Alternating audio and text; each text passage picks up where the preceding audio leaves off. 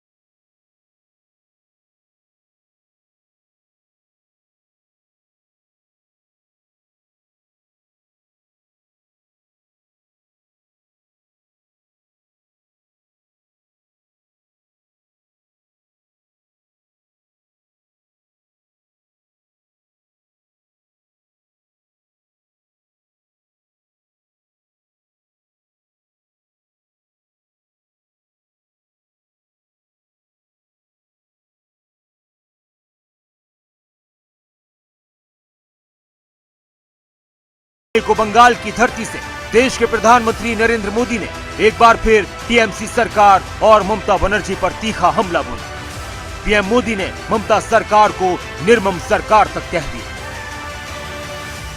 साथियों, इंफ्रास्ट्रक्चर के काम से सुविधाएं भी बनती है और रोजगार भी बनते हैं, लेकिन हालत ये है कि पश्चिम बंगाल में 16 बड़े इंफ्रास्ट्रक्चर प्रोजेक्ट यहां की सरकार अटकाए हुए है। ये 90,000 करोड़ रुपए से अधिक के प्रोजेक्ट है। कहीं रेल लाइन आनी थी, रुकी पड़ी है। कहीं मेट्रो बननी थी, रुकी पड़ी है। कहीं हाईवे बनना था, बंद पड़ा है। कहीं अस्पताल बनना था, कोई पूछने वाला नहीं। ऐसे प्रोजेक्ट्स को ये टीएमसी ने लटका करके रखा है।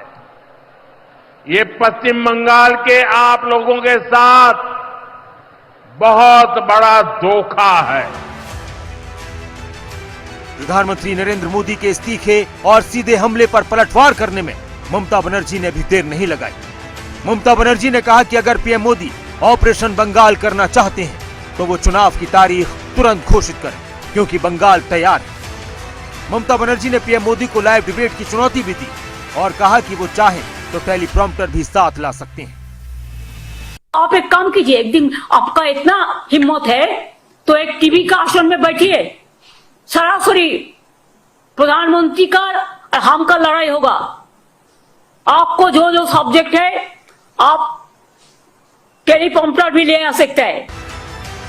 और अब देश के गृह मंत्री अमित शाह ने बीजेपी कार्यकर्ताओं की बैठक को संबोधित करते हुए ममता बनर्जी और उनकी सरकार पर तीखा हमला बोलते हुए कहा कि ममता दीदी, आपका समय अब समाप्त हो चुका है। बंगाल में भाजपा सरकार बनानी है या नहीं बनानी है? घुसपैठ रोकनी है या नहीं रोकनी है? भ्रष्टाचार समाप्त करना है या नहीं करना है? हिंदुओं का पलायन रोकना है या नहीं रोकना है? तो ऐसी आवाज नहीं चलेगी। मेरे साथ दोनों हाथ उठाइए, दोनों हाथ उठाइए। विजय के संकल्प की मुट्ठी भींचिए और प्रचंड आवाज से बोलिए, भारत माता की।